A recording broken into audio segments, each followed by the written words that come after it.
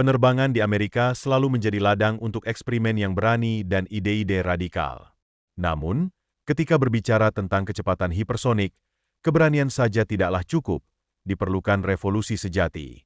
Disinilah tim Hermus hadir untuk menyelamatkan dengan inovasi pesawat hipersonik mereka, yang siap mengantar era baru penerbangan, di mana jarak dapat dikompresi seminimal mungkin dan kecepatan menjadi ukuran keberhasilan. Roket dan pesawat ruang angkasa AS telah lama mencapai kinerja hipersonik, tetapi penerbangan hipersonik di atmosfer pada pesawat penumpang masih tetap menjadi tantangan yang belum ditaklukkan. Beberapa dari Anda mungkin ingat dengan Concorde, yang menjadi salah satu pelopor dalam penerbangan supersonik. Namun, pesawat legendaris tersebut hanya mencapai kecepatan tertinggi 1354 mph, yang meskipun mengesankan, masih jauh dari kecepatan hipersonik dengan ambang batas Mach 5, yaitu 3836 mph. Selain itu, penerbangan terakhir Concorde terjadi lebih dari 20 tahun yang lalu, pada bulan November 2003.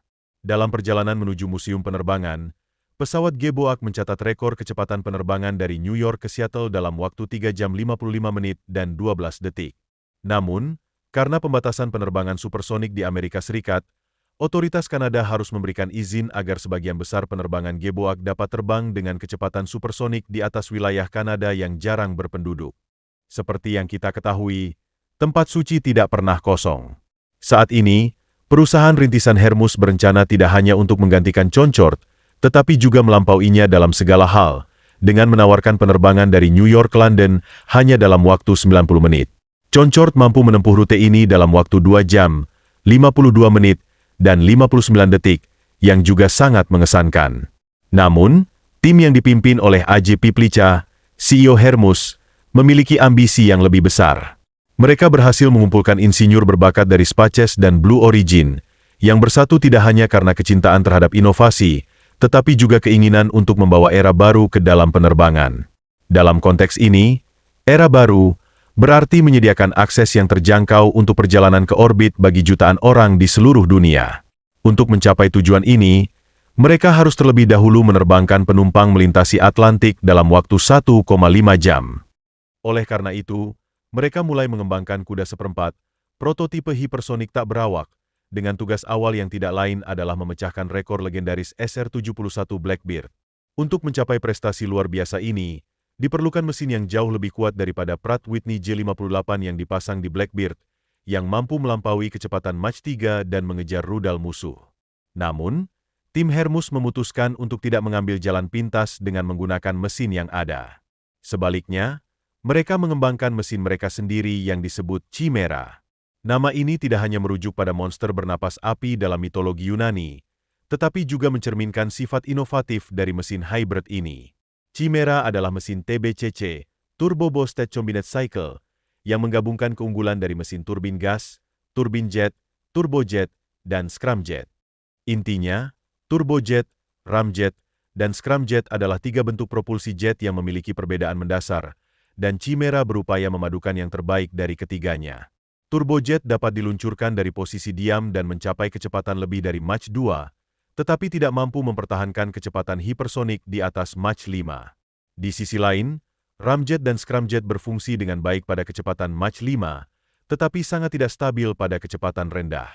Oleh karena itu, penting untuk menggabungkan kedua teknologi ini agar masing-masing kekuatan dapat mengimbangi kelemahan yang ada. Hermus memanfaatkan mesin turbin gas yang sudah ada untuk pengujian, yang memungkinkan mereka menghemat miliaran dolar dalam biaya pengembangan dan menghindari penundaan dalam jadwal yang sudah padat.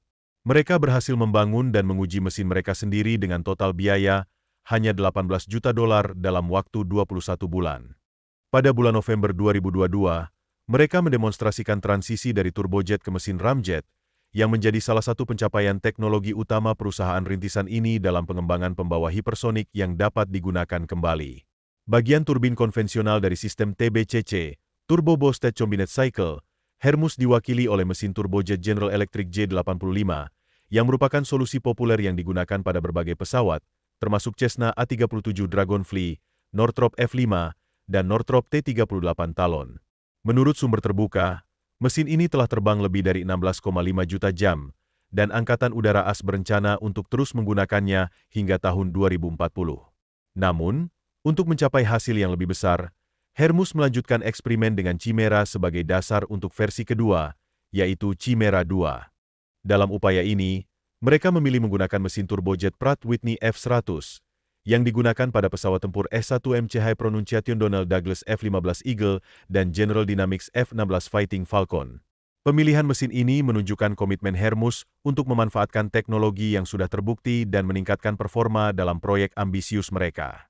Selain itu, pesawat ini telah terbang selama lebih dari 30 juta jam sebagai bagian dari pelayanan angkatan udara di berbagai negara, jauh lebih banyak daripada yang sebelumnya disebutkan.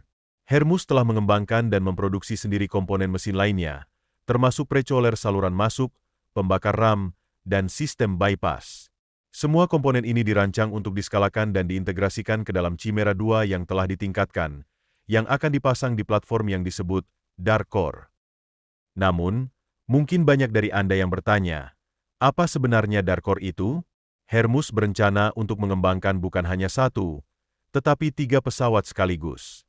Selain Quarter Horse, Hermus juga akan menciptakan UAV hipersonic multimisi yang ditujukan untuk misi pertahanan dan keamanan nasional.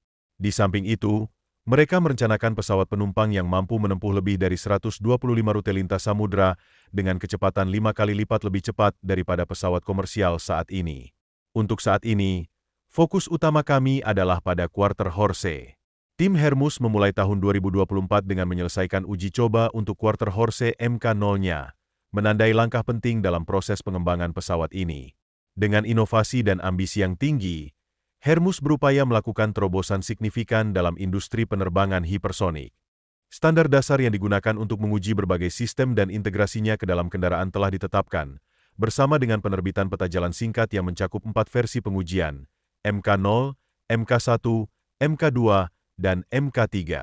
Pengujian Mk0 berhasil diselesaikan di Kompleks Pengembangan Teknik Arnold di Angkatan Udara AEDC, Tennessee. Tolok ukur yang dicapai selama pengujian ini mencakup demonstrasi kendali dan komando jarak jauh, evaluasi latensi frekuensi radio, RF, serta kualitas penanganan darat dari sistem integral. Selain itu, juga berhasil didemonstrasikan keadaan kendaraan yang tepat di dek penerbangan selama kehilangan tautan, serta evaluasi faktor manusia dan pilot dalam melakukan putaran kemudi dan kontrol. Perusahaan melaporkan bahwa mereka merancang dan membangun Mk0 hanya dalam waktu 6 bulan, mencapai target pengujian dalam waktu yang mengesankan, yaitu 37 hari.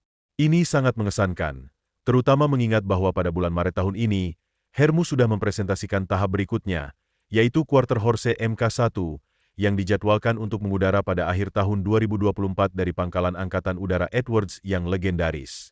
Para insinyur berhasil menyiapkan pesawat ini dalam waktu 7 bulan, menetapkan standar baru yang sangat ambisius dengan target 1 pesawat baru per tahun. Tujuan utama dari kendaraan yang dipiloti dari jarak jauh ini adalah untuk mendemonstrasikan kemampuan lepas landas berkecepatan tinggi, menandai langkah penting dalam pengembangan teknologi hipersonik yang dapat mengubah lanskap penerbangan masa depan. Kemampuan pendaratan yang unik menjadi salah satu fitur utama dari pesawat hipersonik masa depan yang direncanakan oleh perusahaan, sebagaimana tercantum dalam peta jalan mereka. Sementara Mk0 dan Mk1 dilengkapi dengan mesin Chimera berbasis General Electric J85, Quarter Horse Mk2 akan memperkenalkan Chimera 2 dengan inti yang menggunakan mesin Pratt Whitney F-100. Perwakilan Hermus sangat antusias untuk membagikan informasi ini kepada publik. Pada bulan Mei 2024, Hermus akan mulai menguji teknologi pendinginan miliknya yang diterapkan pada mesin F-100, menandai tonggak penting pertama dalam pengembangan mesin Mk2. Berkat kombinasi mesin ini dengan precoiler, iterasi ketiga dari Quarter Horse diharapkan dapat mencapai kecepatan hingga Mach 2,5. Tujuan dari peta jalan pada tahap ini adalah untuk memecahkan hambatan suara dan menunjukkan penerbangan supersonik otonom di bawah Mach 3. Langkah penting berikutnya adalah pengembangan versi Mk3, di mana Hermus berencana untuk menunjukkan transisi dari mode turbojet ke mode ramjet selama penerbangan, sekaligus memecahkan rekor kecepatan udara. Inovasi ini diharapkan tidak hanya akan meningkatkan performa pesawat, tetapi juga membuka jalan bagi penerbangan hipersonik yang lebih efisien dan aman di masa depan. Sepanjang sejarah penerbangan, SR-71 Blackbird telah memegang rekor kecepatan yang sulit dilampaui. Saat ini, jalan menuju masa depan perjalanan hipersonik terletak pada ambisi untuk melampaui ambang batas Quarter Horse Mk3 di kecepatan Mach 4. Meskipun Hermus belum menetapkan tanggal pasti untuk pencapaian ini, mereka dengan cermat mengawasi laju produksi dan tindak lanjut tim, sehingga harapan untuk segera mencapai tonggak ini menjadi lebih realistis. Bukan tanpa alasan bahwa NASA, Angkatan Udara AS, dan bahkan pencipta ChatGPT, Sam Altman, percaya pada startup ini yang telah menerima pendanaan substansial senilai ratusan juta dolar. Hal ini menunjukkan keyakinan yang kuat terhadap potensi Hermus dalam mengubah lanskap penerbangan hipersonik. Apakah menurut Anda Hermus akan mampu memenuhi harapan ini dan memecahkan rekor SR-71 pada tahun 2025? Kami sangat ingin mendengar pendapat Anda. Jadi silakan beritahu kami di komentar di bawah. Jika Anda menikmati video ini, jangan lupa untuk memberikan like, berlangganan saluran kami, dan menekan tombol lonceng notifikasi agar tidak ketinggalan konten menarik lainnya. Terima kasih telah menonton, dan sampai jumpa di video berikutnya.